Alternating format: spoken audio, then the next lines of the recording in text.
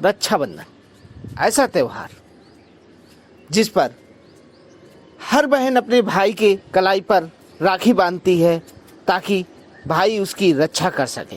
और इसका एक जीता जागता सबूत आज एक भाई की घटना है। आपको बता दें, एक भाई ने अपनी बहन की रक्षा करने के लिए अपनी जान भी निछावर कर दी। मामला उत्तर प्रदेश के हमीरपुर का है, जहां पर एक माँ, बेटी और एक भाई साथ में रहते थे। पिता की बहुत पहले मृत्यु हो चुकी थी, जिस पर माँ मजदूरी कर अपने बच्चों का भरण पोषण करती थी। कुछ दबंग लोगों की निगाह उस युवक की बहन पर पड़ गई और लोगों ने उसकी बहन के साथ छेड़छाड़ करना शुरू कर दिया।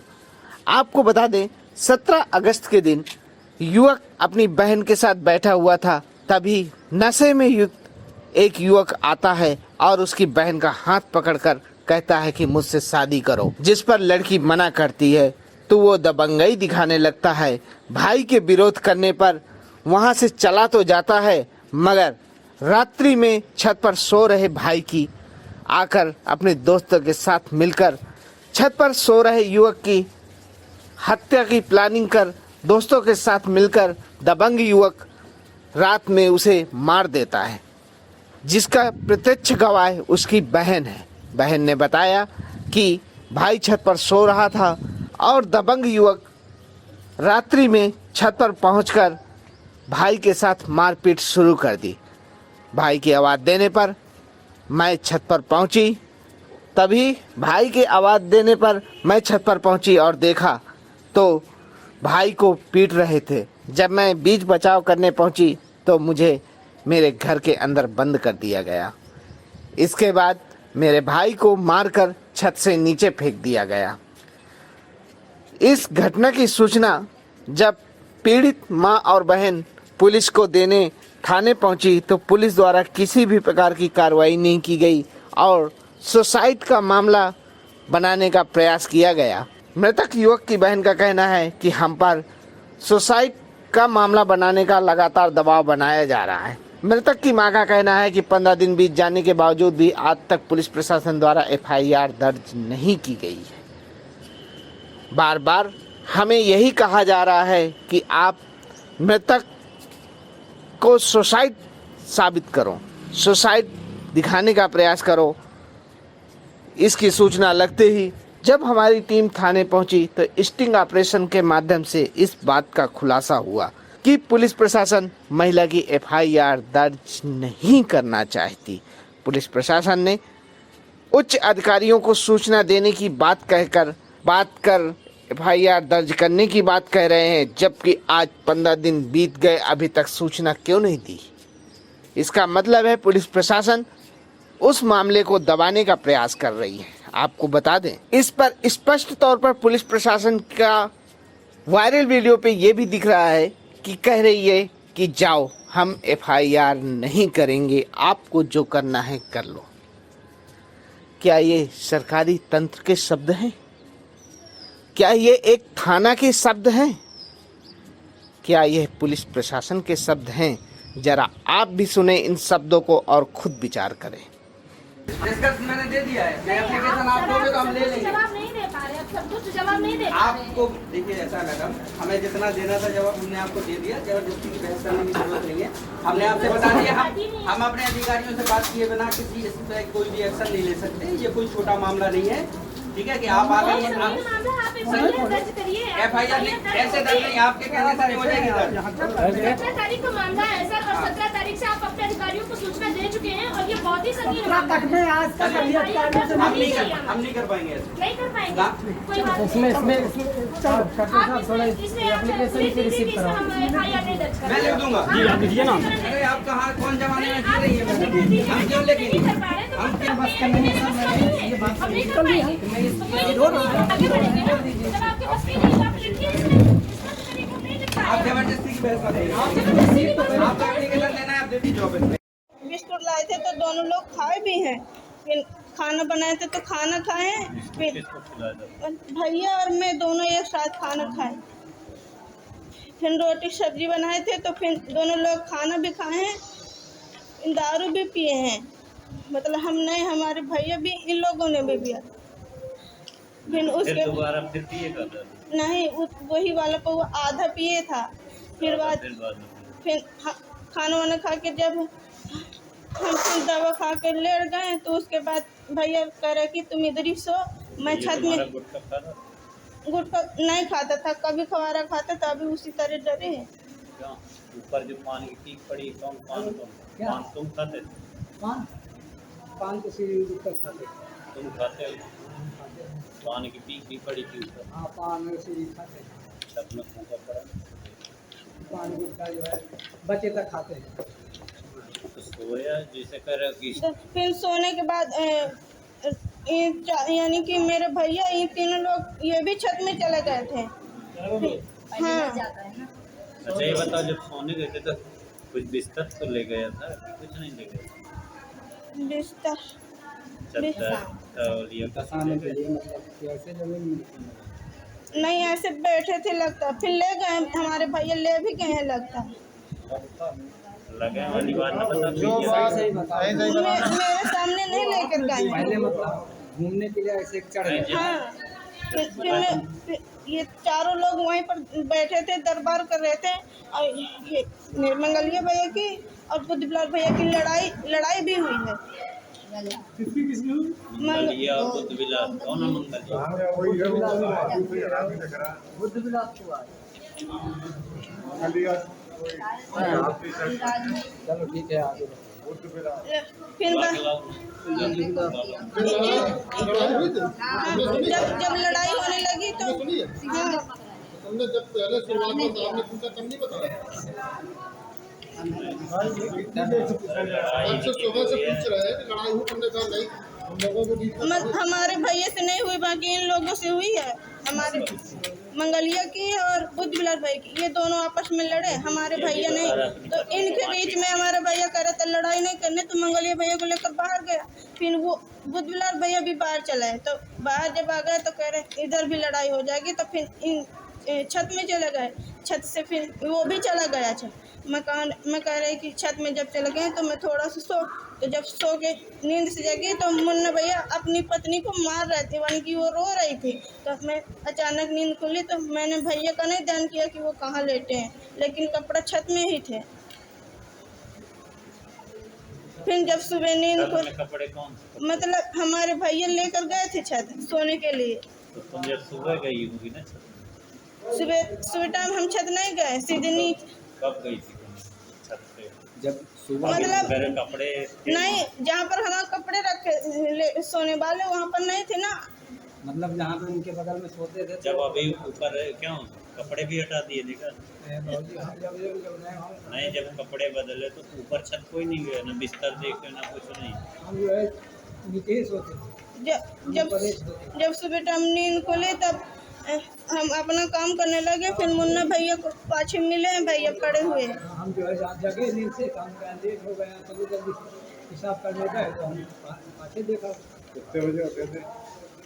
वह दिन इतना चढ़ गया था जो है। अरे दिन चढ़ गया तो टाइम बताया कर, दिन चढ़ गया दिन हो गया। 6 बजे 5 बजे उसने देखा था, तुमने 6 बजे देखा? नहीं, हम भाई जितने टाइम में जगह तक जो है हिसाब करने गए। सबसे पहले कौन देखा? सबसे पहले इन्हीं को मिला। हमारे पास कॉल गई थी, हमारे पास कॉल गई थी सुबह 6 बजे। किसने फोन किया? ये इनका एक नंबर जो है, जब इसके नंबर सुबह फोन किया था तुमने, क्योंकि जो है कई बार कॉल आया। मंगलिया भैया के नंबर। और कितना लास्ट 48 है। तो उन्होंने कहा था कि भैया को किला छू लिया। इन्होंने किसी की आवाज़ आई थी इनके ग्रुप से कि उसको राम बाबू भाव को कीड़ा छू लिया, ये आवाज़ आई थी। ऐसा सब अब जो है और हम आपने अभी सुना कि किस प्रकार से पुलिस प्रशासन के शब्द थे और उन्होंने अभी तक एफआईआर दर्ज क्यों नहीं की। अब आपको सुनाते हैं माँ और बहन के बयान, क्या कहना है उनका, क्यों ऐसा हुआ मामला और क्या हुआ, क्यों नहीं हुई एफआईआर, क्या कह रही है पुलिस प्रशासन, आप भी सुने। हेलो, हाँ माता जी, आपका नाम क्या है? फूला देवी फूला कहाँ रहती है? जय सिंह के सदस्य। अच्छा अच्छा, तो आपके साथ क्या हो गया है? हमारे बच्चों को लेवा गए ब्याह लगाने के लिए सामान लोग। कौन, नाम बताएं? मंगलिया। पापा का नाम? मुन्ना। पापा का नाम है बाबूलाल उसके। अच्छा अच्छा, कहाँ ले गए थे? मलहटा। अच्छा, फिर वहाँ क्या हुआ? अब उससे हमको वह पता नहीं है, लड़की रही है, लड़का दौड़ रहे हैं। कौन सी लड़की थी? लड़की छोट वाली। यही है? हाँ। बेटा क्या नाम है तुम्हारा? प्रीति। प्रीति, पढ़ती हो? किस क्लास में हो? 11 में। क्या हुआ है तुम्हारे साथ? हमारे भैया को मार दिया है। कैसे, जान से मार दिया? जी तुम थे वहाँ पे? जी। क्या क्या हुई घटना बताओ विस्तार से।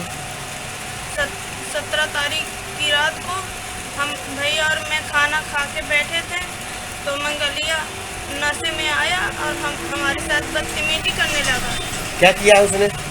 हमारा हाथ पकड़ के कहने लगा मुझसे शादी करोगी, तो इस तरह जब अपशब्द बोलने लगा तो उसका विरोध हमारे भैया ने किया। भैया कहने लगा कि हमारे साथ हमारी बहन के साथ इस तरह करो कि हम अकेले आए तो क्या हुआ, अगर हम ही लिवा कर आए, हम ही को धमकी दे रहा। उल्टा खूब लड़ाई हुई और हमारे भैया को मारने लगे। उसके बाद मैं भैया को समझा रही थी कि भैया मत लड़ो, हम सुबह टाइम घर अपन चल जाएंगे। तो उसके बाद मामला शांत हुआ। शांत होने के बाद थोड़ी देर के बाद मंगलिया की मम्मी आई और हमारा भैया ऊपर चला गया। मंगलिया की मम्मी आई, बेटा लो खाना खा लो। मैंने कहा तो कहे तुम थक गई होगी, लो दवा खा लो। तो मैं कहे तो गोली दिया उसने, तो मैं उसको खा लिया। भैया हमारा ऊपर चला गया था। तो फिर मैं जब सोचा कि भैया हमारा ऊपर चला गया तो मैं भी थोड़ी से सो जाऊं, तो फिर थोड़ी देर के बाद हमारी भैया के ऊपर से आवाज़ आई और चिल्लाने लगा प्रियंका बचाओ बचाओ। तो मैं जाने लगी जहाँ छत में ये मुन्ना मंगलिया और बुद्धिविलास तीनों लोग मेरे भैया को मार रहे थे। तो मैं जहाँ भैया को बचाने के लिए दौड़ी तो मुन्ना आया और घसीटते हुए सीढ़ियों से लेकर मुझे धक्का दे दी नीचे। और फिर नीचे मुन्ना की मम्मी मंगलिया के सब जन मुझे के नीचे दूसरी जगह सुला दी और भैया को मार के छत से फेंक दी। तुम वहाँ थाने गई? थाने गए थे, लेकिन पुलिस वाले बहुत धमकियाँ दे रहे थे। क्या कह रहे थे? कह रहे थे कि कुछ मत बताना, कहना कि तुम्हारे भाई को सांप ने काटा है। घर वालों को सही सही नहीं बताने दे रहे थे। और फिर क्या हुआ, तुम फिर कहाँ गई इसके बाद? इसके बाद अपने माँ बाप को सूचना दिया कि नहीं दिया? दूसरे के फोन से अपने जीजा जी को पहले लगाया था। जीजा जी कहाँ थे? हस्तम। क्या नाम है उनका? प्रहलाद। क्या वो यहाँ से गए? हाँ। उन्होंने क्या किया? उन्होंने 2 बजे पहुँचे अस्पताल में को। इसके अलावा और तुम्हारे घर में कौन कौन है? मैं ही हूँ और मेरी मम्मी और मेरी बहन, बस। पिताजी तुम्हारे? नहीं, खत्म है। बचपन में खत्म हो गया। पालन पोषण कैसा होता है? यही हमारी मम्मी कमा कर हमको पढ़ाती लिखाती है। मजदूरी करती हैं क्या? जी। तो तुम क्या चाहती हो? हमको न्याय मिलना चाहिए सर। जरूर मिलेगा, जरूर मिलेगा। ये देखिए, ये गरगनपुरा के पास कौन बताओ? सदर सिंह के पुरा के निवासी हैं। इनके भाई को मार दिया गया है जान से। ये इनका बेटा था और इन लोगों ने इन लोगों के न्याय की गुहार लगा रहे हैं। हम प्रयास करते हैं सभी लोगों से कि इनको न्याय दिलाया जाए। किसी भी हाल पर जो आप सरकार की तरफ से या सबसे जनता की तरफ से आग्रह करते हैं कि इनके साथ न्याय किया जाए। अब आपने अभी सुना माँ और बहन के बयान। अब आप ही सोचें, जहां यूपी सरकार जीरो टॉलरेंसी पर काम कर रही है, वहीं अधिकारी सरकार की छवि को खराब करने का प्रयास कर रहे हैं। क्योंकि थाना इसीलिए है अगर कोई अपराध होता है तो उस अपराध को रोकने का प्रयास करें, ना कि अपराध को बढ़ावा देने का। अगर ये थाना प्रभारी और ये थाना स्टाफ इस महिला का साथ देता तो शायद आगे कोई अपराध नहीं होता, मगर अगर थाना प्रभारी और यह स्टाफ ऐसा ही रवैया अपनाएगा तो भविष्य में पता नहीं कितनी बहनें बिना भाई के होंगी और कितने भाई बहन की आबरू की रक्षा करने के लिए अपनी जान निछावर करेंगे और पुलिस प्रशासन सिर्फ उसके बयानों को बदलने का प्रयास करेगी। आखिरकार क्या कारण है कि पुलिस प्रशासन ऐसा कर रही है, यह सरकार को और प्रशासन को सोचना चाहिए और उस महिला को न्याय देने का प्रयास करना चाहिए। साथ में वो सामाजिक संगठन जो खुद को दलित रक्षक बोलते हैं, वो कहाँ हैं?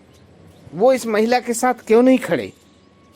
क्योंकि ये असहाय हैं, ना तो इनके पास कोई संरक्षक है, ना कोई देख रेख करने वाला। इसीलिए क्या या महिला के नाम पर या पीड़ित के नाम पर, दलित के नाम पर सिर्फ राजनीति की जाती है, ना कि उनको सहारा दिया जाता है।